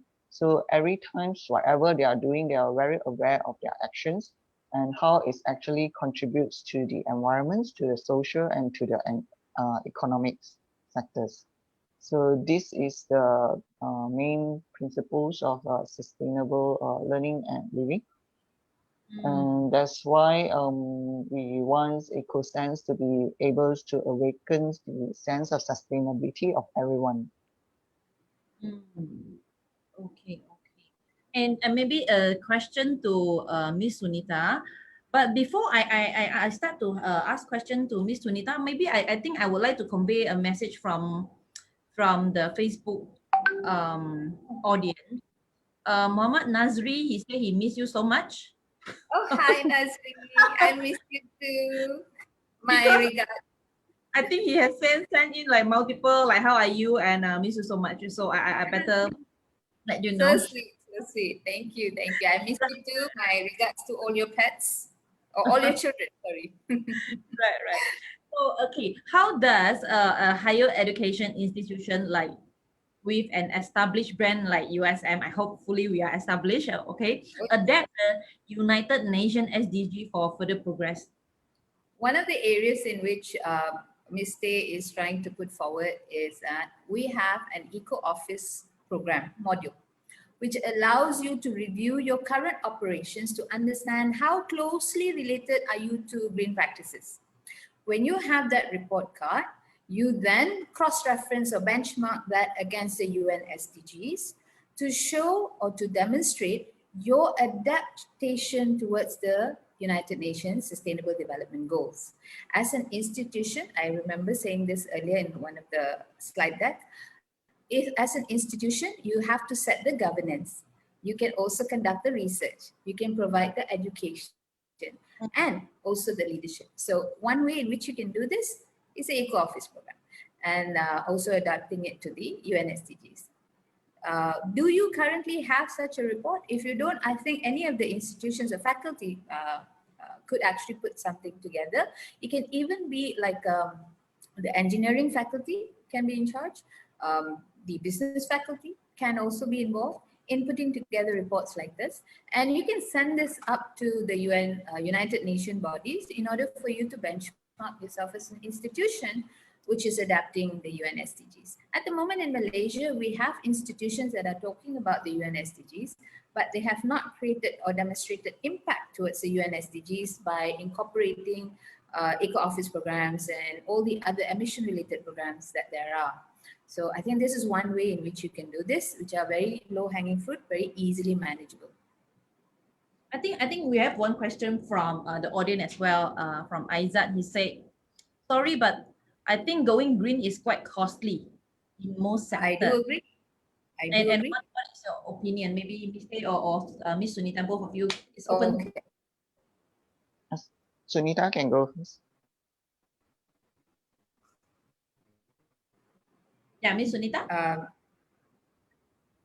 Okay, all right. So which aspect of green are we embracing? So green does not necessarily have to be something that you go out there and you buy. No, it can even be courses that you offer. For example, if you have a course on environment management or master's degree in environment management, those are all courses which are already there.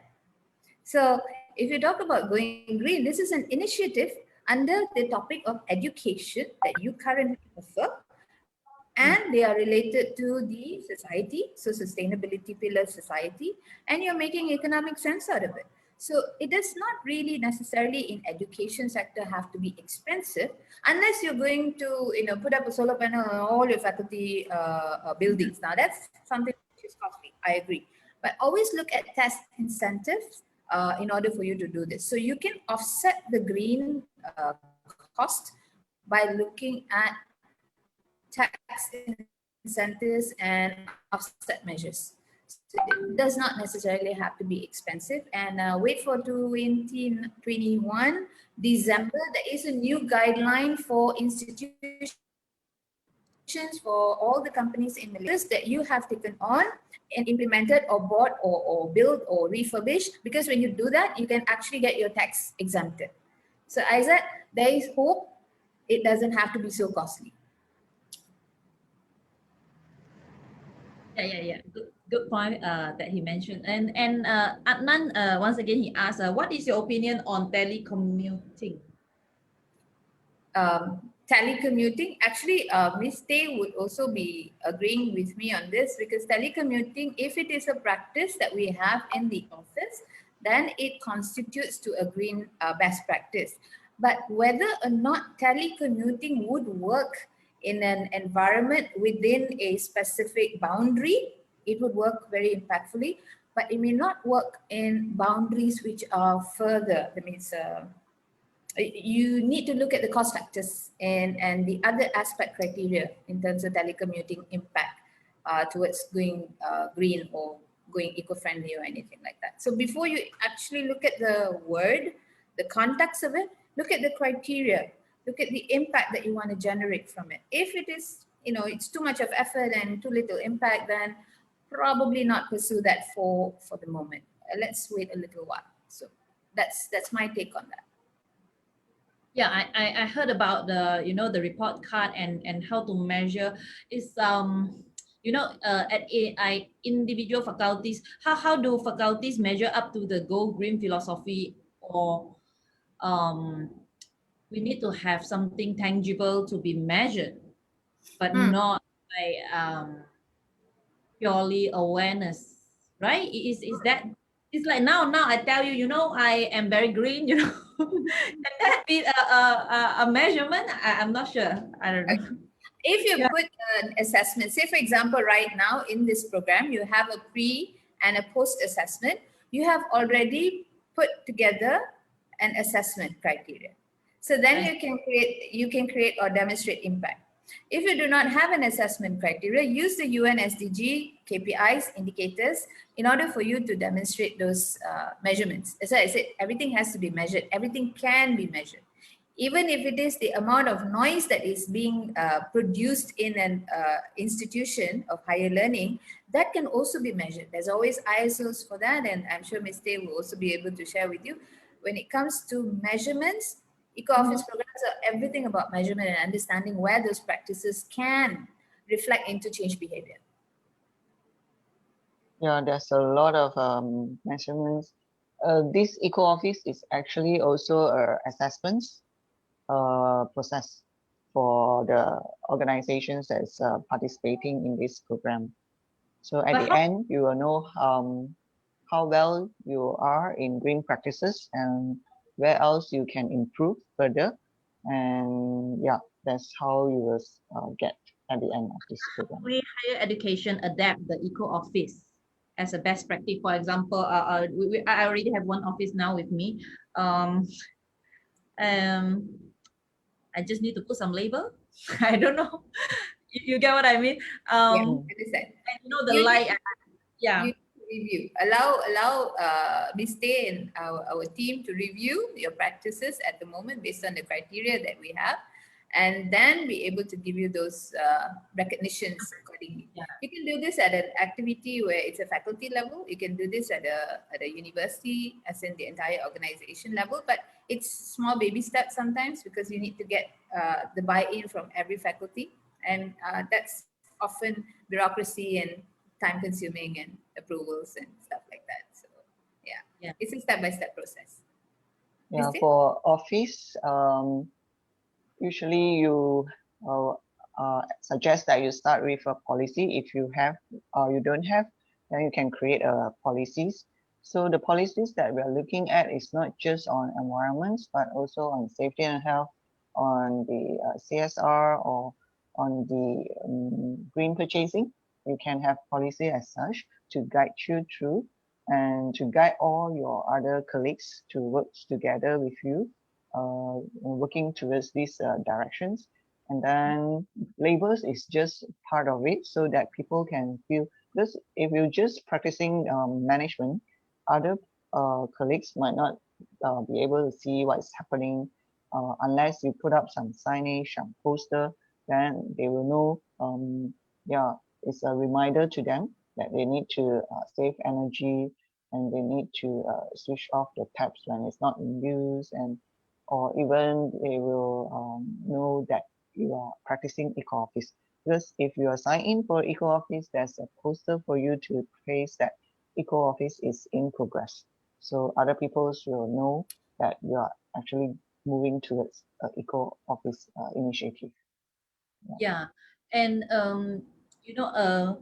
many times we have our what we so called tugas hakiki, right?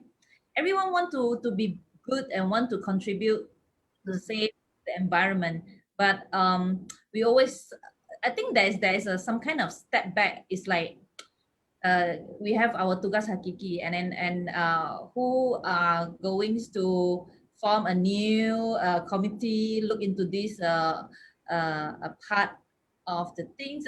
Is that your company is doing, like facilitating part or job of of such? Yeah. Okay, I think I would be able to respond to that easily because yes, we do have. Allow me to just tell you if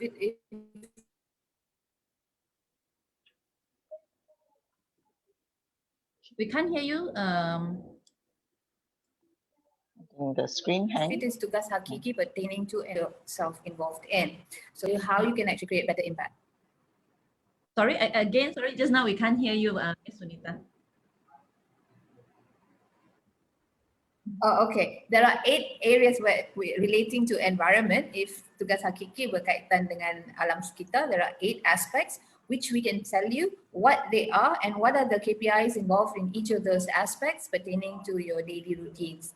So we will break that down for you and tell you how to create that impact. Yeah. So how can we as planet inhabitants do our part in contributing to the SDGs? I think Ms. Tay has already been doing a lot in that area, so I'll let her answer. Okay. So, yes, Ms. Tay. You have to either pick one on the SDG, or you look back at what you're doing now and see which part actually mesh with SDG and to which SDG, and then you can focus to improve on that so that you can see better impact on it. Because you cannot just work on all the 17 SDG unless you have different departments or personals taking care of the different SDGs for you. If not, then to start, you have to start small so that people can see that, can understand how does what you are doing actually relate to SDG. For example, on the SDG 17, then you have to have a project set to showcase you are working with different partners and to create projects that is meaningful for everyone's involved. Yeah. I would like to add to that. One of the aspects in which we have and we don't have is we have time, we don't have money. So sometimes we have resources, but we need to choose. And when we talk about faculty level, it's often the money that we don't have enough, but the time we have a lot, the number of students and volunteers we have a lot. So what we need to do is look at converting every CSR activity into a CSV, corporate social value they call it, but of course in this case it is creating value and the most value or impact created for every activity. Let me give you an example. I remember talking to Dr. Sadatul and she was saying that you had a reverse vending machine where it collects all the waste bottles and cans for you, and that was supposed to be a circularity example. So if you look at moving forward, 12 Malaysian Plan is looking at circularity. So instead of having a reverse vending machine in one area or limited, have the reverse vending machine in every section. So you need to collaborate with reverse vending machine operators, get them to come and lease and place that in your area, get them to give you a card like a debit card or a cash card, where every time you, or even an app on the phone, so every time someone recycles in the reverse vending machine, you are then able to show the amount of savings that you can generate from there. So it helps the students because, students naturally when they study, there's a lot of cans, Cokes, this, that. So it's easy to be able to recycle those, even water bottles for that matter. So make sure the activity that you choose, number one, you choose one that actually creates long-term value for the student. Don't just tell them, okay, come, let's plant trees. What is that going to do? By the time the tree grows and creates enough sequestration, it's going to take years. I would have graduated by then. So where's the value creation? Impact, value creation within the USM boundary, and it has to be something that is giving value to the stakeholders of the institution, your students, your primary stakeholders. Right, so always remember CSR into CSV. In order for you to do this, make sure you have you use very little resources, so you collaboration and adoption of technology, because everything with technology, sustainability is enabled by technology, so it makes it much easier to reach out to more people, because Typically, a student now has got 4 devices. Your laptop, your iPad, your phone, and also your gadgets, 4 devices. So adopting technology to get your CSR activities going is one way in which you can create a larger impact for every activity that you have ongoing. You know, as a researcher, I am quite sure a lot of researcher has, you know, once this United Nations SDG has been introduced, every one of us is able to map to among 17, you know. But where is the missing point? I guess the engagement and the outcome that maybe is the part that is missing. And yeah, I don't know if do you have any opinion on that? Because I think, you know, when I talk to this, you know, I'm pharmacy by profession, so I know, you know, I'm working on SDG 3, you know, health and well-being. I am also a lecturer, so I'm working on education. I can connect to the SDG easily, I guess. But I don't know whether the impact that I have done has already cascaded down to the road. Okay. I understand where you're coming from. I couldn't answer, but I know where there is some gap there. Yes, we need to you know, fill in. Perhaps True, this is where you come in, right? I don't know. Right. As a pharmaceutical student and also currently as a senior lecturer, I'm sure you've understood that pharmaceutical studies are really primarily about competencies, about product, and the services pertaining to the entire supply chain of pharmacy and pharmaceuticals. Now, when you look at these 3 angles, the UN SDGs are related pertaining to the lower supply chain, where it is applicable. That means the services, for example, I can relate to this. There was a study in recent times pertaining to the amount of medication. How are they currently disposed? So those that are expired medication, how are they currently disposed? And the disposal of these medication affects the environment. Because there's a lot of chemicals that goes onto landfill because they are not disposed properly. So one of the ways is hospitals, private institutions, I think APMH actually did this, the Association of Private Hospitals in Malaysia, they actually gather medication that has expired. And they did this through the university private hospital. So like for example, you have universities, HUKM is a university-based institution. At the same time, you've got a few other institutions which has got a hospital. So they are collecting the medication in that manner. And this is a circularity closed loop initiative. However, as a pharmacist, are you now better educated on the circularity aspect of what you're doing? The supply chain, the downstream supply chain. So understanding the aspects in which you're currently teaching and teaching this future professionals to close loop the entire service process and not just their competency to be able to prescribe medication or to supply medication or to choose, but also to look at the medication aspects related to its consumption and production.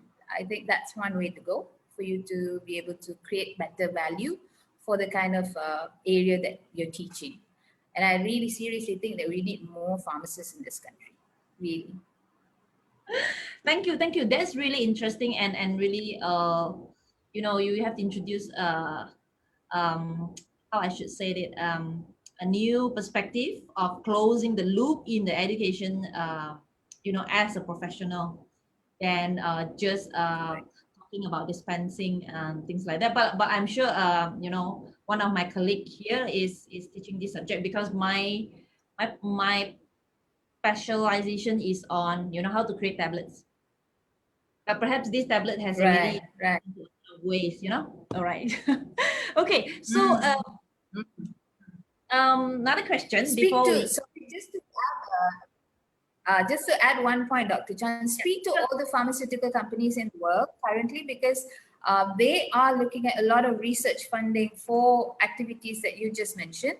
So please speak to them, because an industry academia collaboration is always possible. Famaniaga will be very happy to hear from you.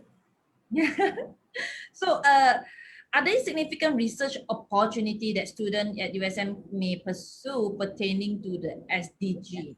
Oh, yes, there are. And these has to be cascaded down to application level. So students are the best to actually take on these research topics. I could easily tell you two. Number one is pertaining to UN SDGs impact for the decade of action, because right now we are at supposedly supposed to reach 2030. We need to look at how effective or what is the gap in for us to be able to act on the UN SDG. We have a strategic plan for 2040 and 2050 already being negotiated at an international level.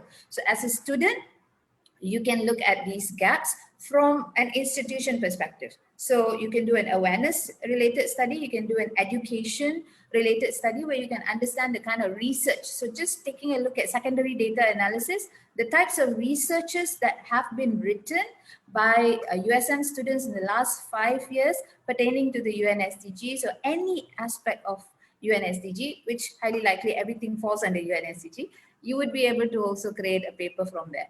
Of course, the other is to look at institutions, agencies, international agencies that are reporting on the UN SDG. So go to them, like the ones that I shared in the slide just now is UNDP.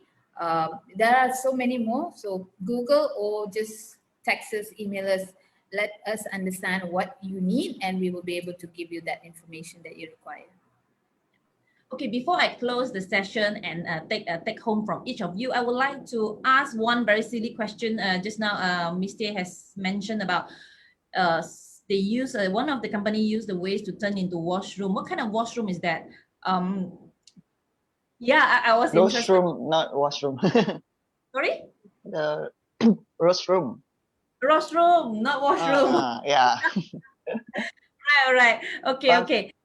For washroom, someone actually has designed the eco loo. Yeah. So it's available in the market as well. Oh, the eco loo. Okay. Yeah, Iman Agi will be very happy. Shah will be very happy to know that we are talking about Ekolu. Do you know that a lot of the tourist destination, whenever you go in Malaysia, wherever you go, if it's a tourist destination, it doesn't have proper hygiene practices. Yeah. So Ekolu is one of those that meets the SDGs, and they were recognized for it. So a lot of activities are out there. You need to start looking at what are those that are pertaining to the UN SDGs. How are they helping economic sectors? I think that's another area for research that would be amazing. Yeah, yeah. I think I should look up for the eco loo because as a hiker, we're hiking. Oh yes. Yeah, then you will need a lot of facilities and such. Right. I think Chaco has already talked about this during the Green Council meeting in the past. So yeah, the Hiker Association. Yes. Nice. Okay, so we are about to close the webinar, but in conjunction with the Sustainability Week, maybe we can take one key message, take home message from each of the speaker today. Miss Teo? Sure. Miss Teo. To practice sustainability is not easy, but it's not difficult as well. So just be aware of your actions every day, every time, and then make sure it complies with the sustainability's principles, and just do it. And it's actually very simple. It can be very simple as you just switch off the lights until you create or to develop a whole new projects that involve international parties involvement. So yeah, it's a very interesting areas and subjects. So those who are interested in this area, you will discover more and more as we move along in this digital era, and we are looking into AI and sustainability as well. Thank you. Interesting. Thank you, Miss Teh. Miss Sunita?